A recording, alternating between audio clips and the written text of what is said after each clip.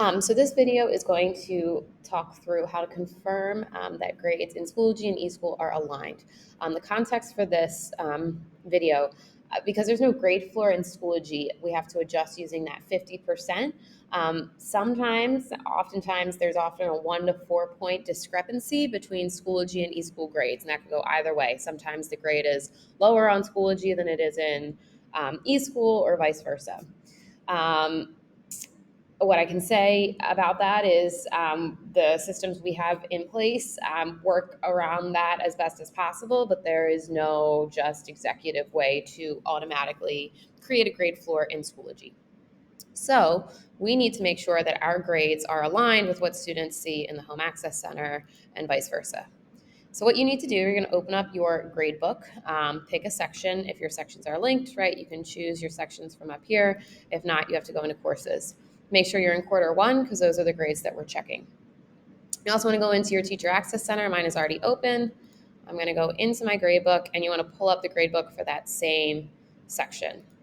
Easiest way to do this, I found, is to split your screen and just take a look down your list of students here. So you can see this is a really good example of a grade that is really far off. Right here, that grade is higher in the Home Access Center than it is in Schoology. Why does this happen? Sometimes it's just the way that we have the 50 set up and the way that things sync over. I want to make sure that grades are normed for students. My grades aren't finalized yet, so I'm confident that this student will pass, but I don't know if this student has earned a 73, so that's a grade that I want to keep an eye on. As I keep going down the list, this one looks okay, pretty close, 70, 71, that looks pretty close, 98 is right where it needs to be, 65 is right where it needs to be, 58, right? So I'm going down, everything else looks like it's pretty solid. It was just that one grade here that I need to be mindful of. So in order to do that, right, let's say that I do want to give this student a 65. You want to make sure that you're going to override here in Schoology. We're going to make it 75. Again, you're going to have to finagle this a little bit to get it where you need it to be. Quite cool. So there we go. And then you've gone through your sync, right? So same steps that we did in our last video. We'll say we've gone through our sync. We want to make that happen, because again, we want Schoology to reflect what is also in the Home Access Center.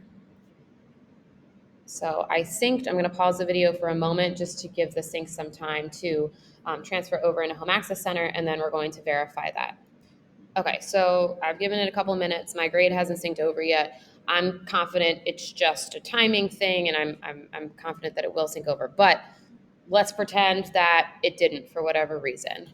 Same thing. You want to go back into your report card for that class.